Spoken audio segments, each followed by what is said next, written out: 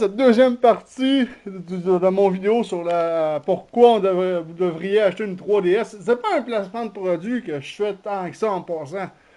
Euh, je veux juste parler des bons coups que la 3DS a eu, puis pourquoi ça vaut peut-être la peine d'en avoir une aussi. Je tiens juste à préciser parce que je suis pas payé par Nintendo pour faire un placement de produit. Fait que le prochain jeu, Yoshi Island. Moi, je sais que Yoshi Island a fait sa naissance sur le Super Nintendo.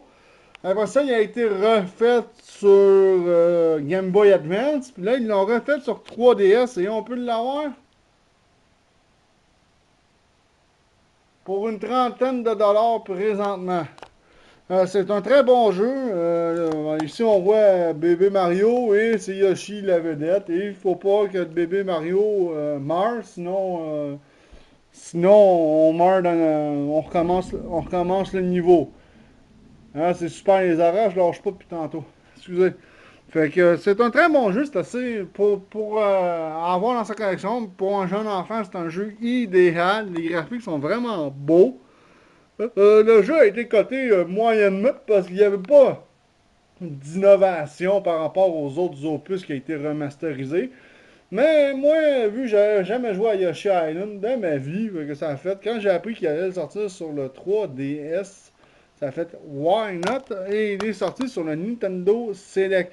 Présentement, je sais pas, il est un petit peu dur à trouver. Je l'ai pas, je sais qu'au Best Buy ici, ils en ont pas, où est-ce que je suis, mais je suis sûr que si vous faites des magasins, plusieurs magasins, vous allez arriver par en trouver un. C'est un Nintendo Select Collection. Fait que le jeu coûte 30$, c'est vraiment un bon petit jeu avec des graphiques assez, on pourrait dire, ludiques. Et on voit même les Yukiki. J'ai découvert les Yukiki dans Mario Party, moi.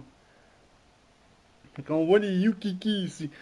Fait que c'est ça, le but du jeu c'est de protéger Baby Mario, puis à chaque fois qu'on change de niveau, qu'on passe à un niveau, mais on a un nouveau Yoshi d'une couleur différente quasiment à chaque fois.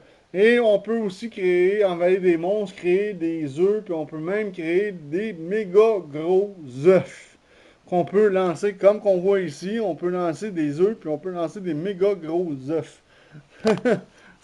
Fait que c'est ça, c'est un jeu vraiment très classique, ça joue comme un Super Mario en 2D, dans le fond, c'est vraiment le même principe. Je vous recommande de l'avoir dans votre collection si vous avez une 3DS. Bon, le New Super Mario Bros. 2. Très classique. À avoir absolument dans sa collection si vous possédez une 3DS. Très le fun, hyper génial. C'est un Mario en 2D très conventionnel. Peut pas avoir plus classique que ça. Faut trouver des grosses scènes. On a trois grosses scènes à trouver par niveau. Si on a trouvé toutes les grosses scènes dans tout le jeu, je pense que ça déborde un monde secret. C'est à avoir dans sa collection de 3DS, le nouveau Super Mario Bros. 2. Le premier est sorti sur DS. On peut le trouver encore usagé dans bien des magasins, mais il vaut quand même, le premier sur DS vaut quand même encore 30$ en magasin, qui est quand même très cher. Celui-là, il n'a pas baissé non plus. Je pense que c'est encore une quarantaine de dollars facile dans le neuf pour ce New Super Mario Bros. 2. Mais c'est à avoir absolument. C'est vraiment un Mario très classique. Pas très dur à jouer non plus. Donc idéal pour tout le monde. Euh... Ok, attendez une seconde. Bon, les autres jeux que je vais vous parler, ben celui-là, c'est le nouveau Dragon Quest 8. À avoir dans sa collection de jeux. Si vous êtes fan de Dragon Quest, c'est un jeu qui est sorti initialement sur PS2, qui a été reporté sur 3DS. C'est un jeu, un RPG, même chose comme les autres Dragon Quest, un tour par tour, comme un Final Fantasy, si on peut dire.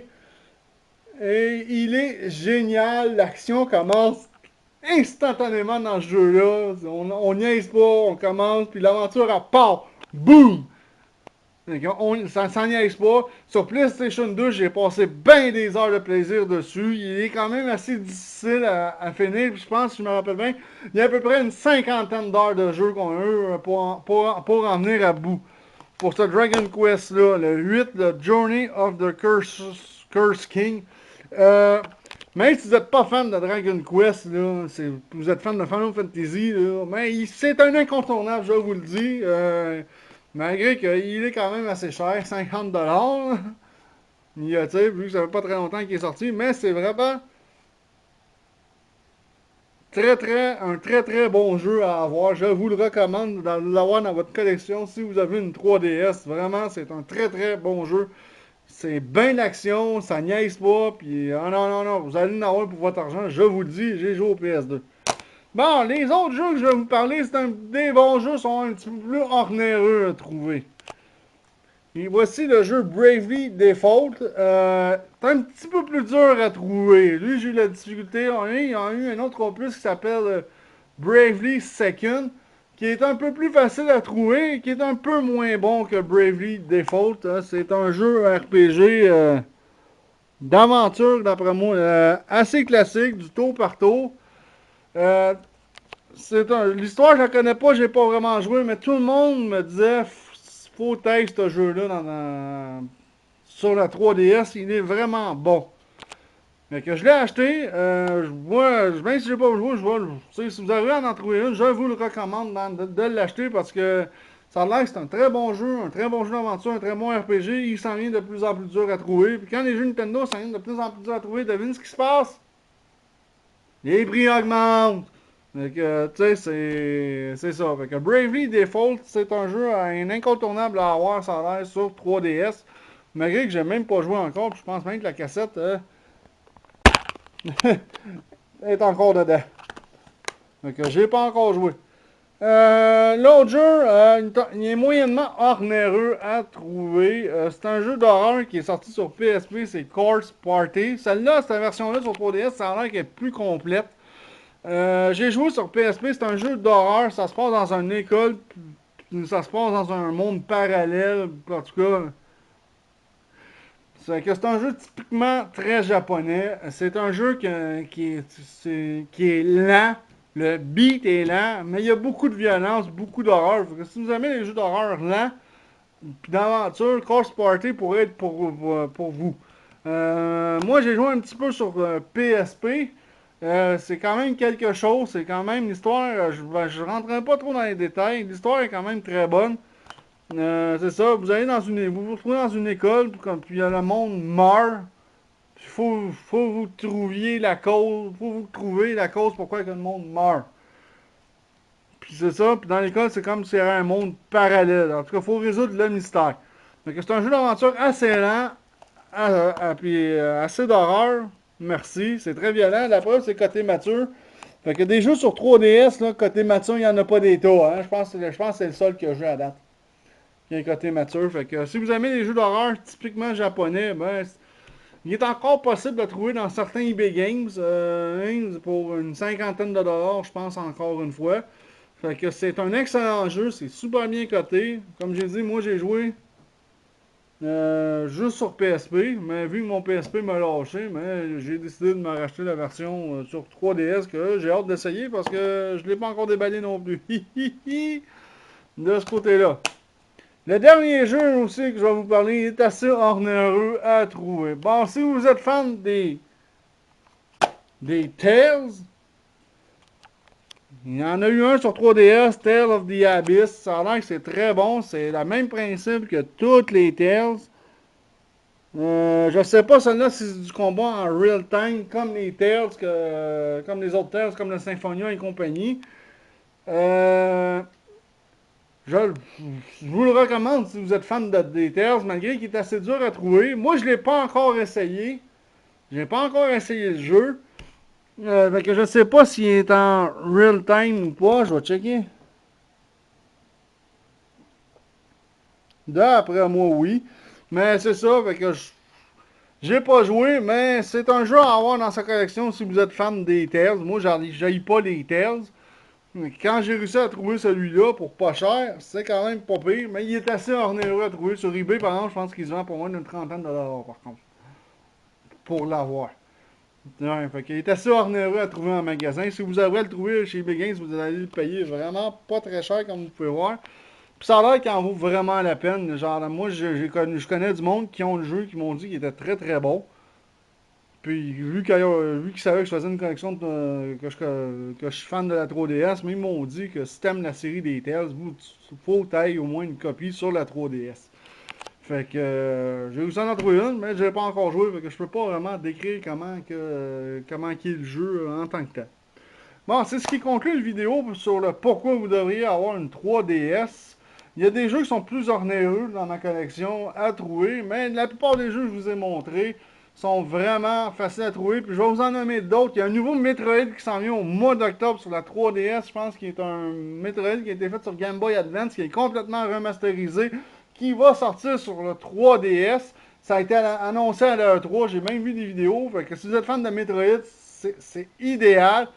Euh, Vous pouvez avoir dans la Nintendo Select aussi un jeu, si vous êtes fan de Donkey Kong, et vous n'avez pas de Wii U ni de Wii, il y a Donkey Kong Return sur le 3DS qui en vaut vraiment la peine, qui était sorti sur Wii, qui ont ressorti sur 3DS, on peut l'avoir pour 30$. Ça vaut vraiment, vraiment la peine. Il y a Animal Crossing, qui est un jeu, si vous aimez les jeux, qu'il faut s'occuper d'une ville, puis de ses habitants.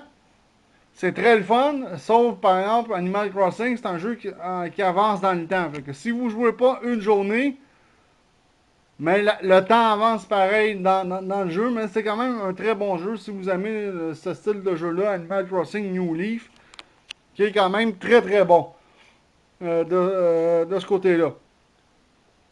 Puis il y a d'autres jeux qui s'en viennent sur le 3DS. Il y a Radiant Historia, qui est un jeu d'aventure qui s'en vient. Il y a un nouveau Shin Megami Tensei. C'est des jeux typiquement japonais qui sont quand même assez lents de progression. Puis qu'il y a beaucoup de blabla. Si vous êtes fan de ce jeu-là, Shin Megami Tensei, la série, je vous la recommande. Mais elle est assez onéreuse à trouver, cette série-là. De Shin Megami Tensei. Puis il y a Interial Historial Odyssey. Il y en a un nouveau qui sort. Si vous aimez les RPG juste avec du combat, mais j'ai le premier que j'ai acheté en download.